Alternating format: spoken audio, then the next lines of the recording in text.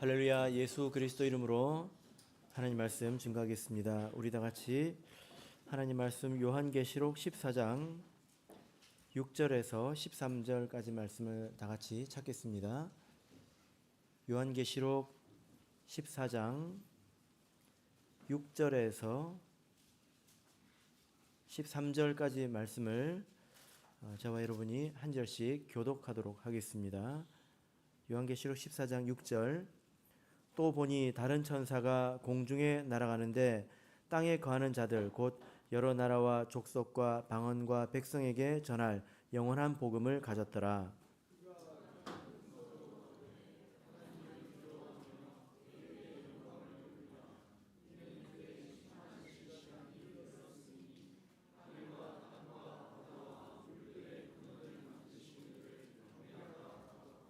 또 다른 천사 곧 둘째가 그 뒤를 따라 말하되 무너졌도다 무너졌도다 큰 성 바벨론이여 모든 나라를 그 음행으로 인하여 진노의 포도주로 먹이던 자로다 하더라.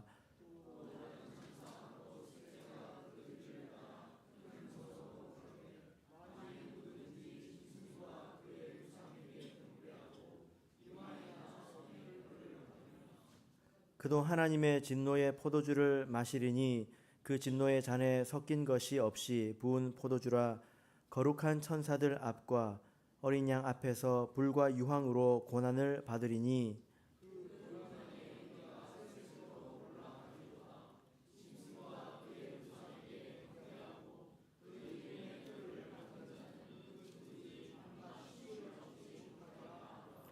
성도들의 인내가 여기 있나니 저희는 하나님의 계명과 예수 믿음을 지키는 자니라.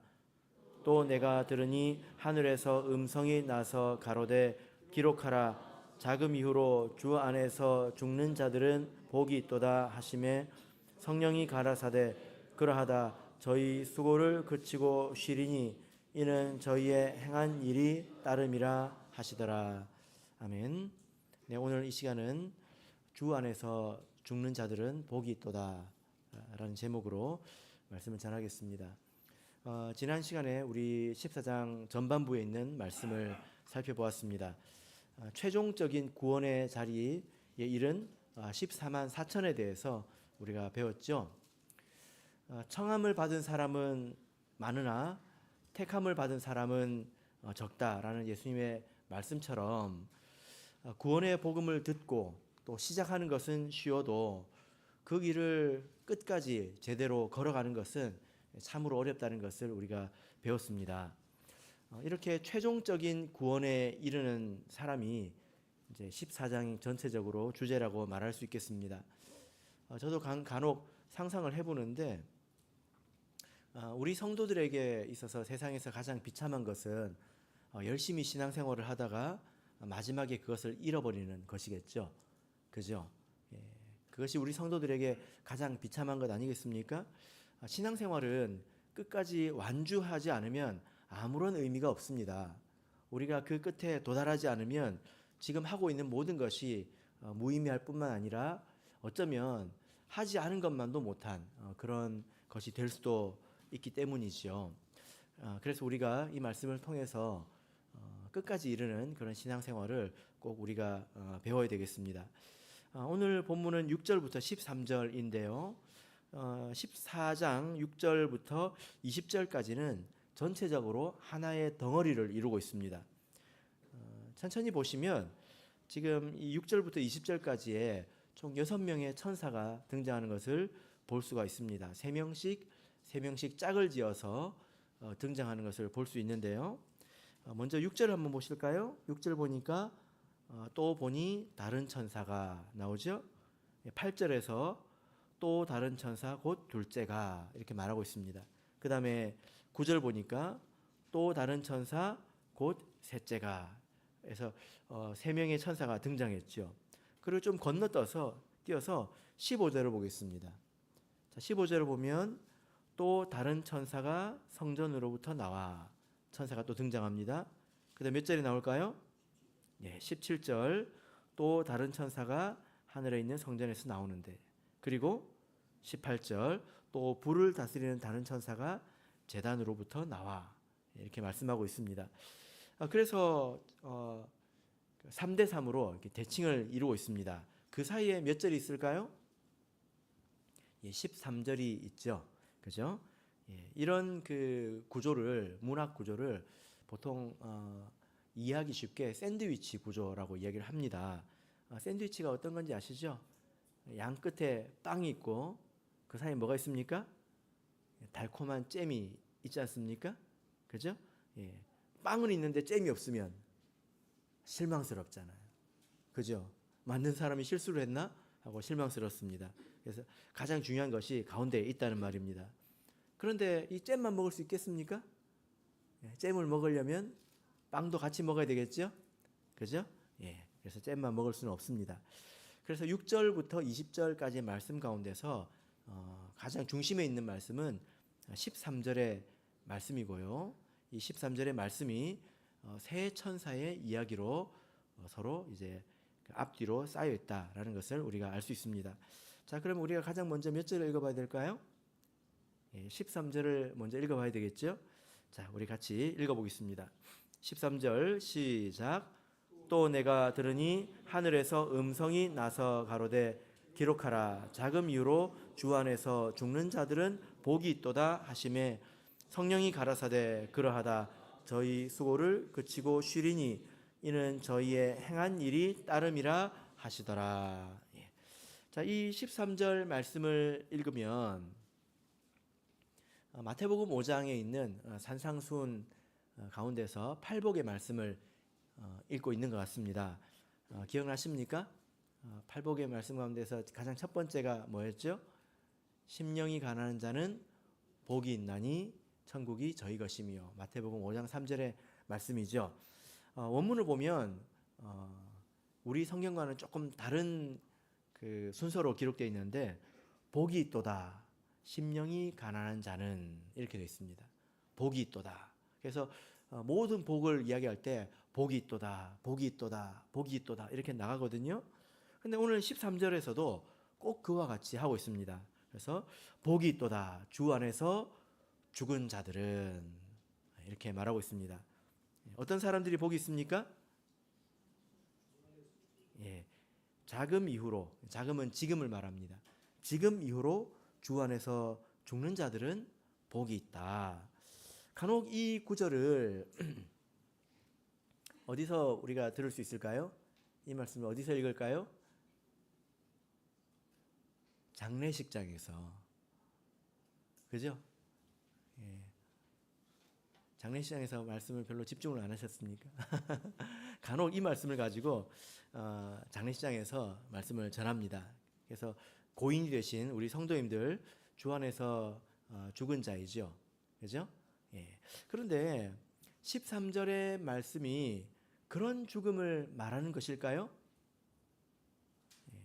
우리가 다시 읽어보면 주 안에서 죽는 자들은 복이 있다 이렇게 말씀하고 있는데 죽은 사람들이 복이 있다 이게 아니라 이제 원문을 보면요, 영어 성경도 이렇게 똑같이 되어 있는데 뭐라고 이렇게 되어 있냐면 지금부터 주 안에서 죽는 죽은 자들은 복이 있다 이렇게 되어 있습니다. 그래서 죽다는 말이 두 번 나옵니다.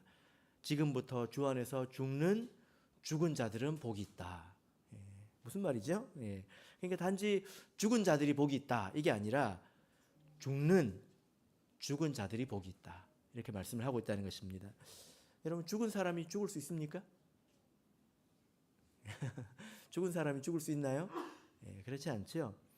그래서 우리가 이 말씀을 이해하려면 성경에서 말하는 다양한 그 죽음의 의미를 우리가 다시 한번 되새겨 봐야 합니다. 죽음에는 다양한 의미가 있지 않습니까?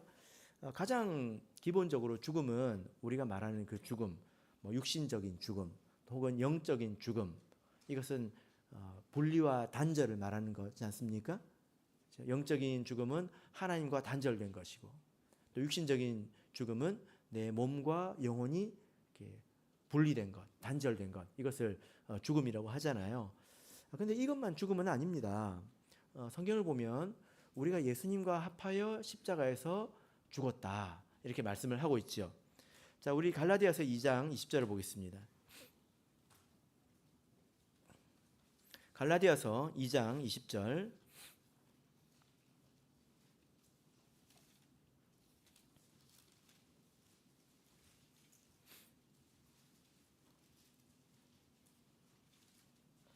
갈라디아서 2장 20절. 자, 같이 읽겠습니다. 시작. 내가 그리스도와 함께 십자가에 못 박혔나니 그런즉 이제는 내가 산 것이 아니요 오직 내 안에 그리스도께서 사신 것이라. 이제 내가 육체 가운데 사는 것은 나를 사랑하사 나를 위하여 자기 몸을 버리신 하나님의 아들을 믿는 믿음 안에서 사는 것이니라. 예. 여러분, 예수님과 함께 십자가에서 죽으셨습니까? 죽으셨습니까? 언제 죽으셨습니까? 예, 세례를 받을 때 죽었죠. 그죠? 로마서 6장에 보면 우리가 예수 그리스도 합하여 십자가에서 같이 죽었다 이렇게 말씀을 하고 있습니다. 우리가 이미 죽었기 때문에 죄값을 우리에게 물을 수 없는 거잖아요. 죽은 사람한테 어떻게 죄값을 묻겠습니까? 그래서 그리스도인이 정죄를 받지 않는 것입니다. 그죠? 그런데 우리가 십자가에 못 박혀서 죽었는데 살아서 꿈틀거릴 때가 있지 않습니까? 무엇이 살아서 꿈틀거립니까? 예, 나의 정과 욕심이 살아서 꿈틀거리죠. 그럼 어떻게 합니까? 예, 다시 이제 못 박아야 되겠죠. 그래서 갈라디아서 5장을 보시면 그리스도 예수의 사람들은 자기 정과 욕심을 십자가에 못 박았다 이렇게 말씀하고 있습니다. 십자가에 못 박았다는 것은 걸어뒀다는 게 아니라 죽였다는 것입니다. 그래서 죽음에는 이런 의미가 있죠. 자기의 욕심을 죽이는 것이 하나님께 나 자신을 드리는 제사가 된다고 로마서 12장에서는 말씀하고 있습니다. 나라고 하는 자 이것을 죽인다면 그것이 하나님께 아주 귀한 또 거룩한 제물이 된다 이렇게 말씀을 하고 있죠. 자, 그리고 우리가 고린도전서 15장을 보겠습니다. 고린도전서 15장 31절 보겠습니다. 고린도전서 15장 31절.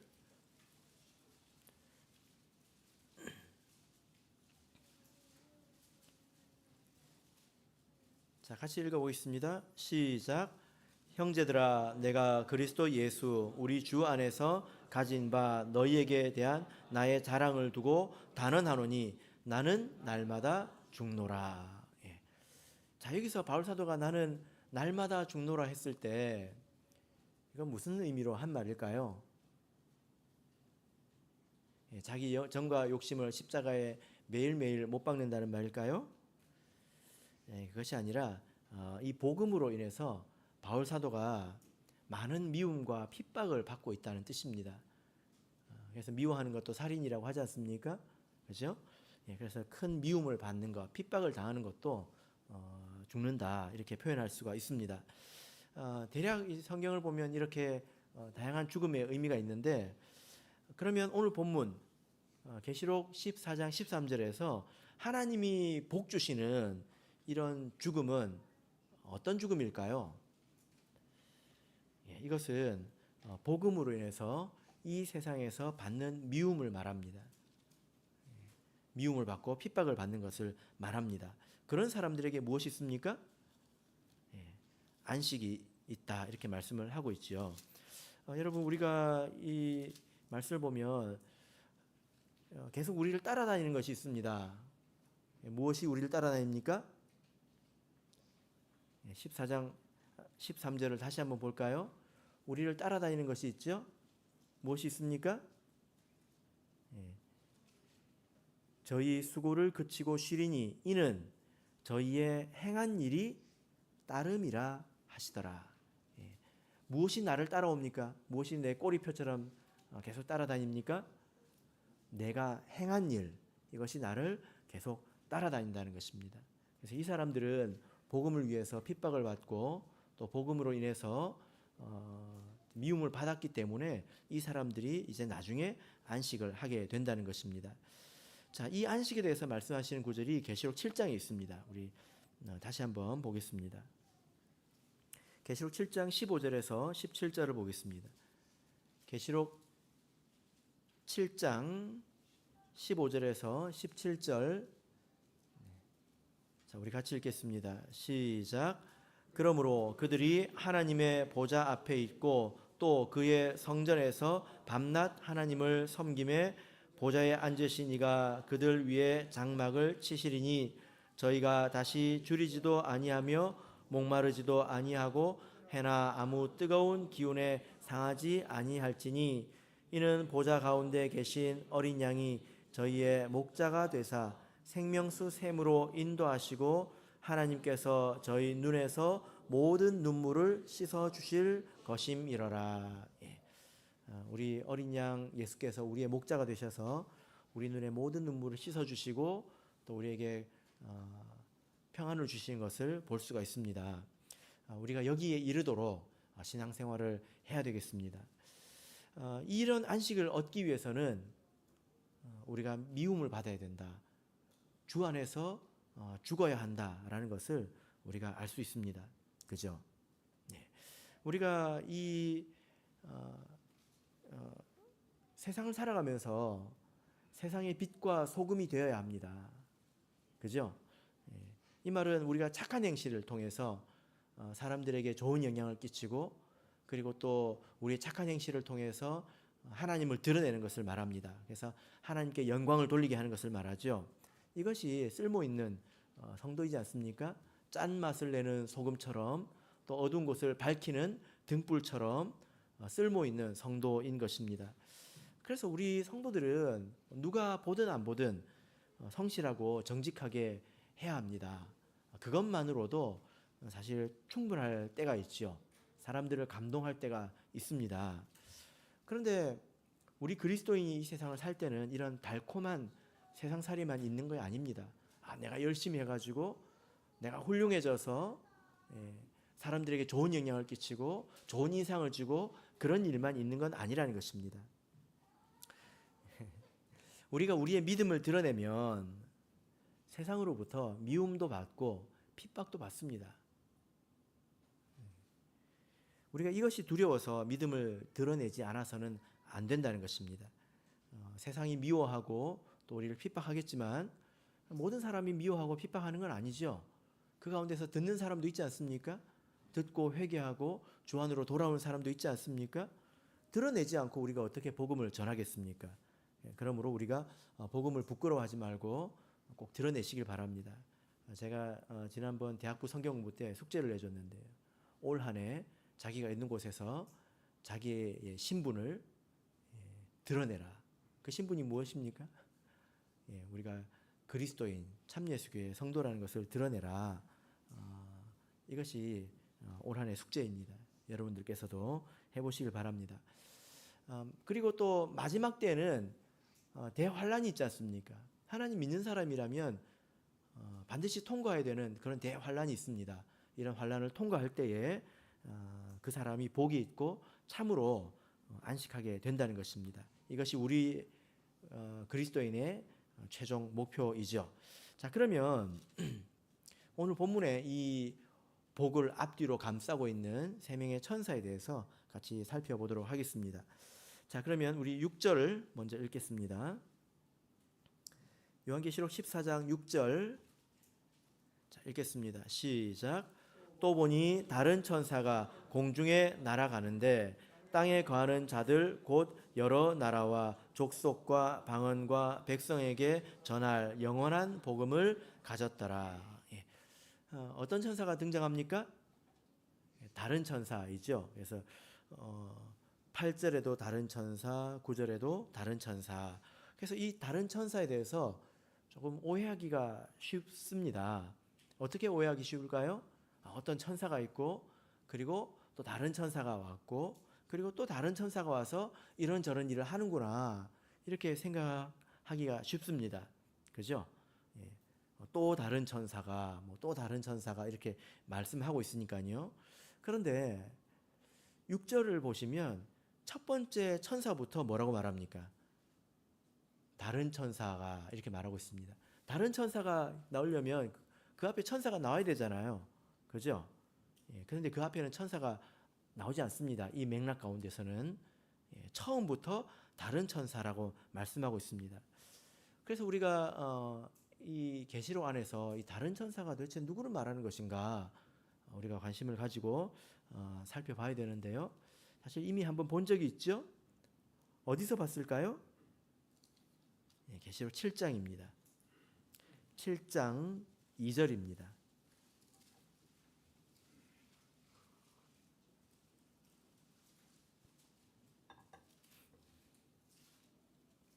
7장 2절 읽겠습니다. 시작. 또 봄에 다른 천사가 살아계신 하나님의 인을 가지고 해 돋는 데로부터 올라와서 땅과 바다를 해롭게 할 권세를 얻은 네 천사를 향하여 큰 소리로 외쳐. 자, 여기서 다른 천사가 나왔습니다. 근데 기억나십니까? 여기서 다른이라는 말의 뜻을 설명해 드렸는데요. 이 다르다고 하는 것은 뭐 이것 말고 다른 것 이런 뜻이 아니라 질적으로 좀 다르다는 의미입니다. 그래서 이것은 천사를 꾸며주는 그런 이제 표현인데요. 한국말로 좀 느낌을 살려보자면 다른이라고 하기보다는 뭐 남다른 뭐 이렇게 이해를 하면 조금 더 가깝지 않을까 이렇게 생각을 해봅니다. 근데 여기서 다른 천사는 단수입니다. 해 돋는 데로부터 하나님의 인을 가지고 올라오는 천사는 하나입니다. 한 명입니다. 그죠? 그런데 좀 이상한 것은 3절을 보면요. 3절을 볼까요? 3절 자, 읽어보겠습니다. 이 한 명의 천사가 올라와서 뭐라고 말할까요? 3절 시작. 가로되 우리가 우리 하나님의 종들의 이마에 인치기까지 땅이나 바다나 나무나 해하지 말라 하더라. 자, 여기서 지금 이 한 명의 천사가 뭐라고 말하고 있습니까? 우리가 이렇게 말하고 있잖아요. 좀 이상하지 않습니까? 여러분 혹시 이렇게 말씀해 보셨습니까? 혼자 내가 이렇게 아니라 우리가 이렇게 말씀해 본 적이 있습니까? 그렇게 말을 하지 않죠. 성경도 마찬가지입니다. 자, 이 다른 천사는 해 돋는 데로부터 올라오는데 이 해 돋는 데는 뭐 동방, 뭐 이제 조선, 뭐 일본, 뭐 이런 곳이 아니라 성경 안에서 보면 성령이 강림하는 곳을 이렇게 말합니다.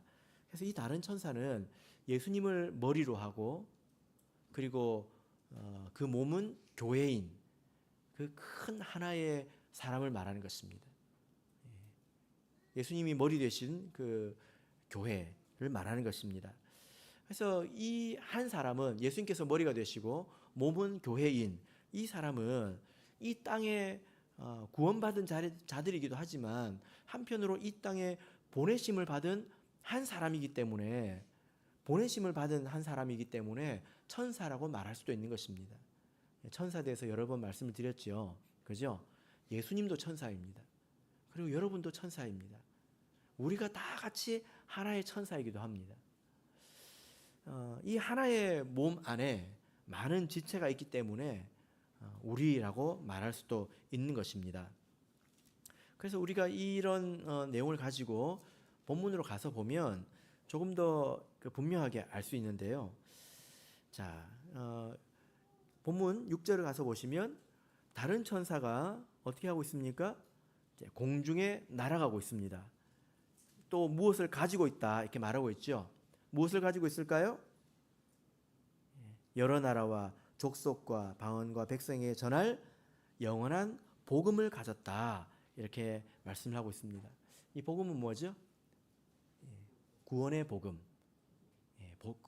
구원의 복된 소식, 좋은 소식.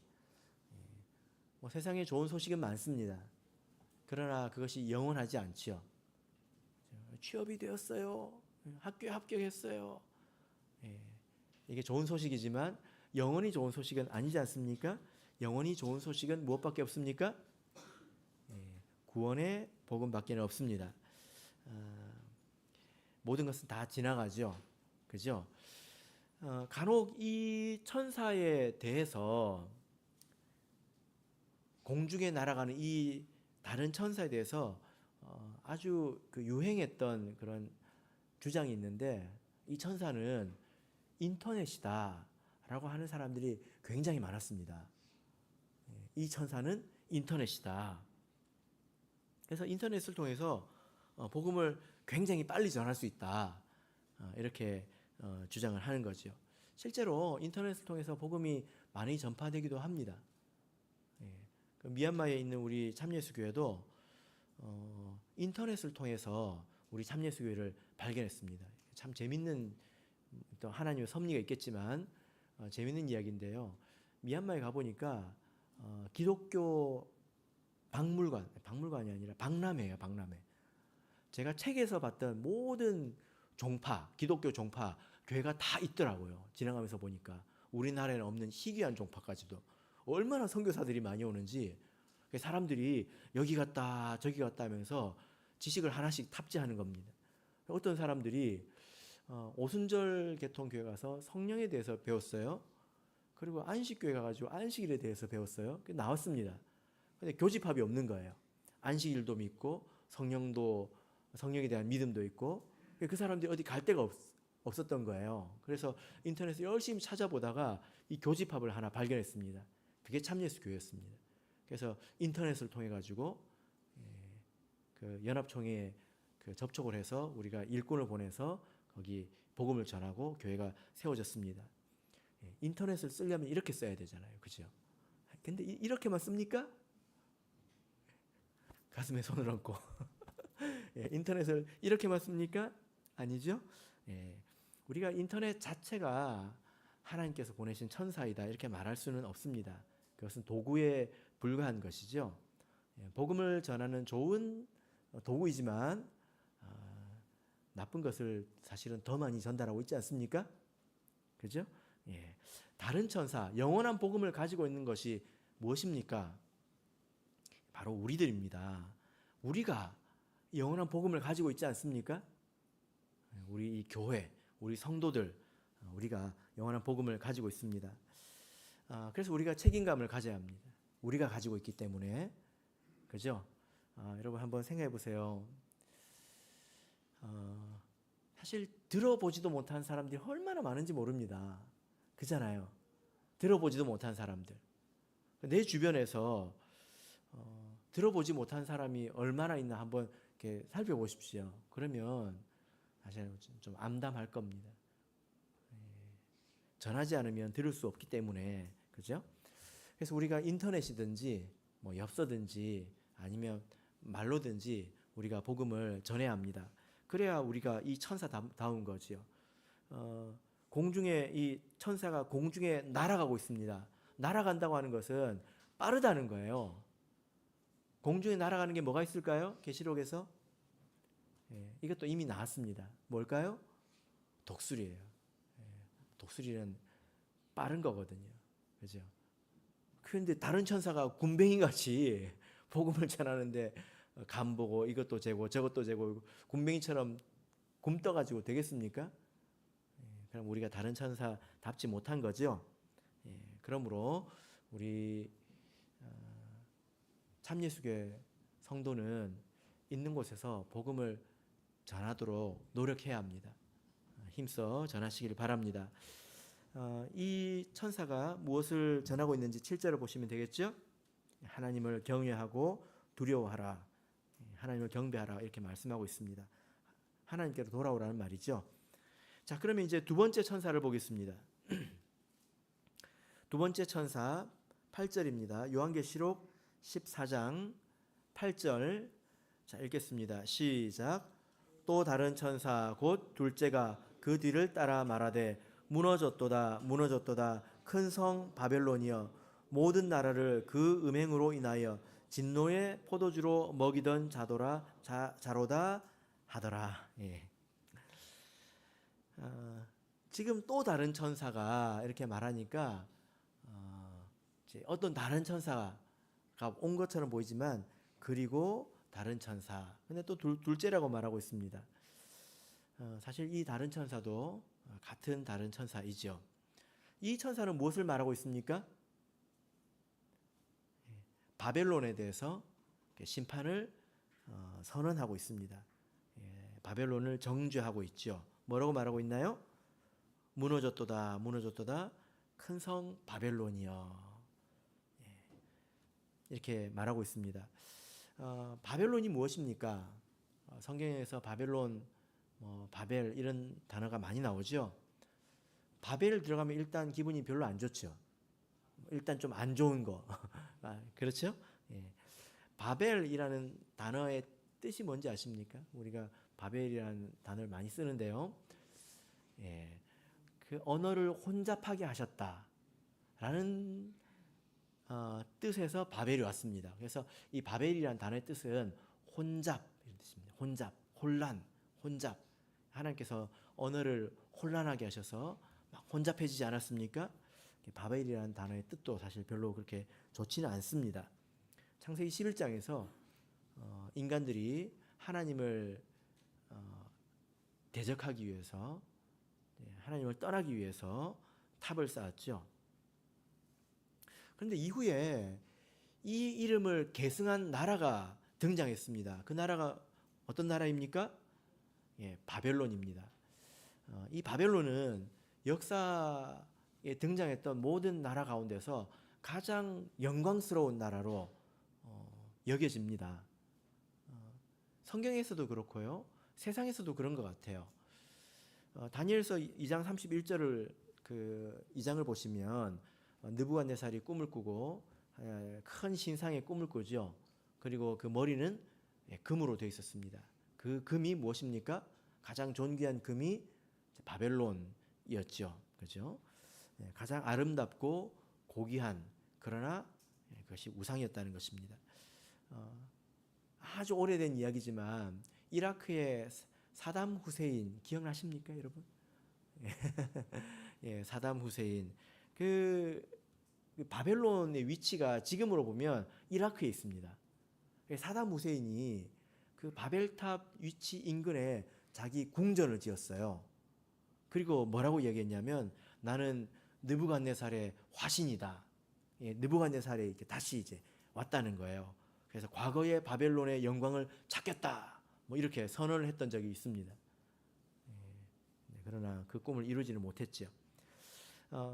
바벨론이라고 하는 나라는 이렇게 역사에서 가장 부귀하고 존귀한 나라였지만 역사적으로는 망했습니다. 그러나 그 정신, 그것이 여전히 세속에는 살아 있죠. 이 바벨론이 정죄받은 이유가 무엇입니까? 자, 8절을 우리 다시 한번 보겠습니다.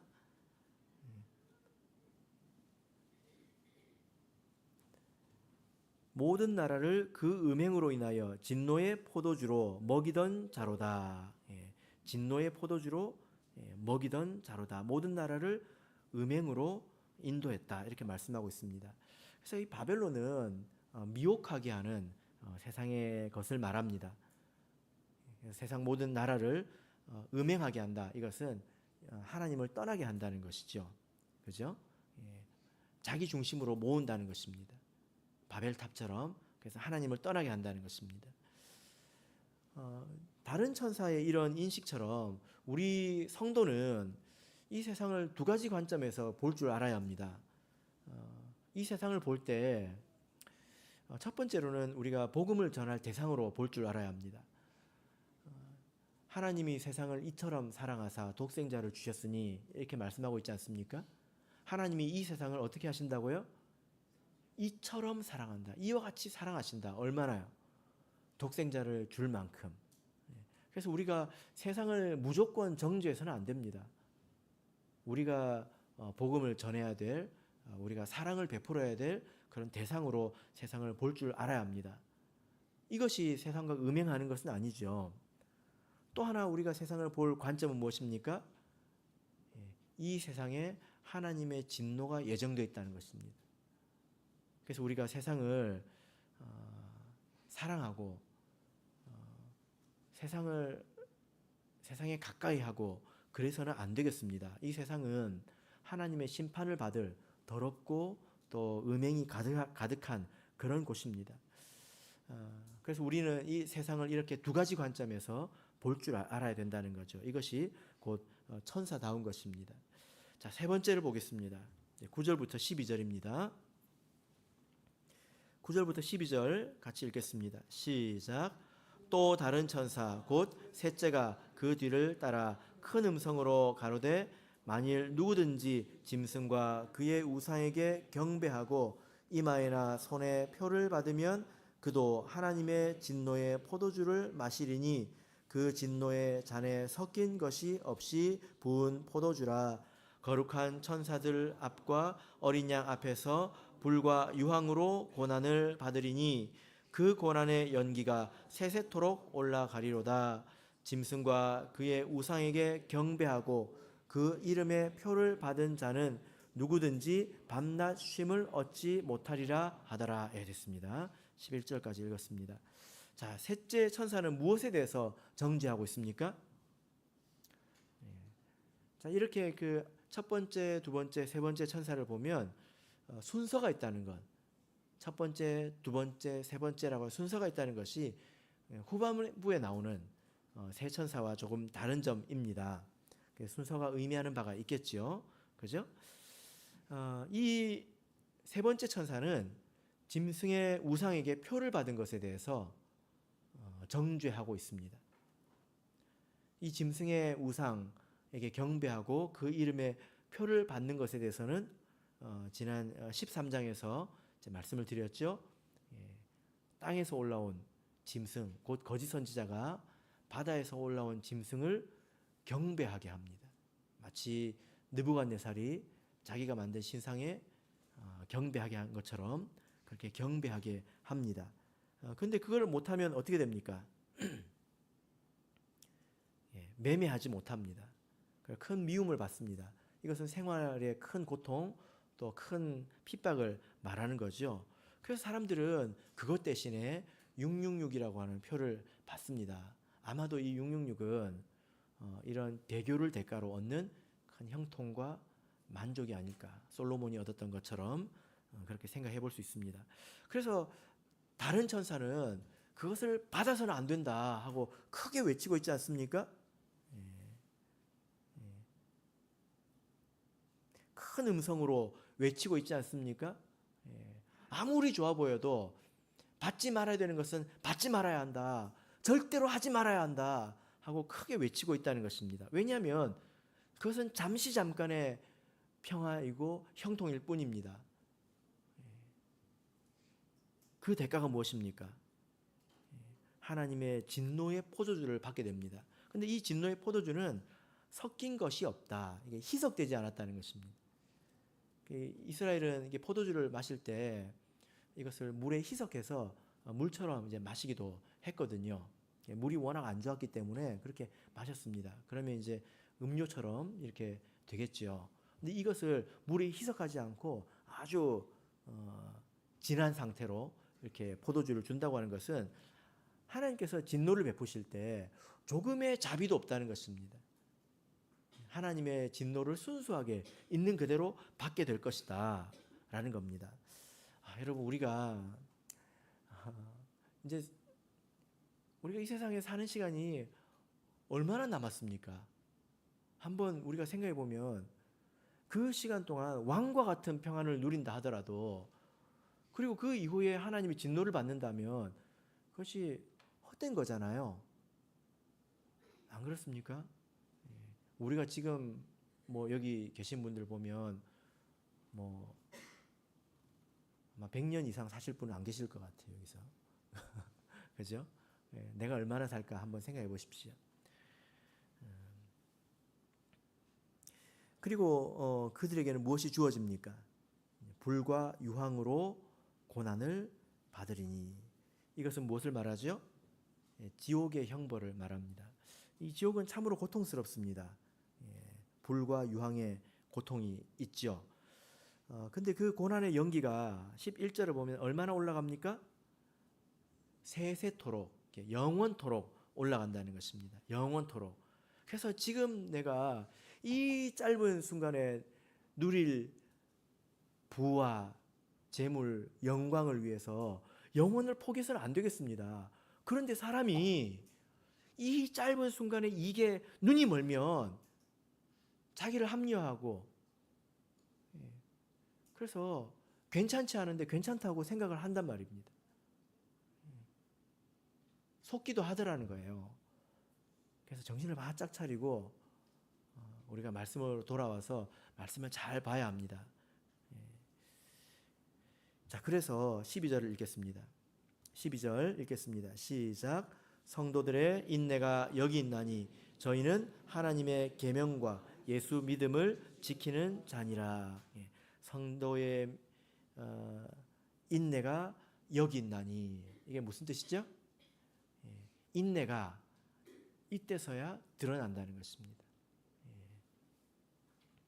짐승의 표를 받지 않고 고통스럽고 헐벗고 줄이고 핍박받고 상하고 이런 이제 삶을 살 때 얼마나 큰 인내가 필요하겠습니까?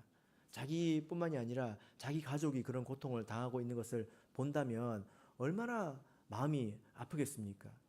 이것은 사람이 느낄 수 있는 가장 큰 고통이죠. 그렇죠?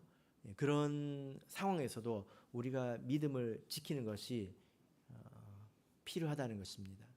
그래서 우리가 지금 믿음을 예비하고 또 인내를 예비해야 된다는 것입니다. 하나님께서 우리를 이렇게 인내할 수 있도록 양육해 가십니다. 우리 살면서 이런 일도 겪게 하시고 저런 일도 겪게 하셔서 우리 심지를 단단하게 만들어 가십니다. 우리가 하나님을 선하게 따라가면, 신실하게 따라가면 하나님께서 그 믿음을 예비해 주십니다. 그런데 계속 머리 굴리고 계산하고 뭐 이 정도 하면 되지 않을까? 저 정도 하면 되지 않을까? 아니, 먹고 살기도 힘든데. 이런 생각 가지고 이 믿음이 예비될까요? 그래서 우리가 처음으로 다시 돌아야 합니다. 우리가 끝에 도달하지 못하면 지금 하는 것이 아무 의미가 없습니다. 우리가 마지막 순간에 이조차도 인내할 수 있는 그런 믿음을 지금 예비하시는 저와 여러분이 되시기를 진심으로 바랍니다.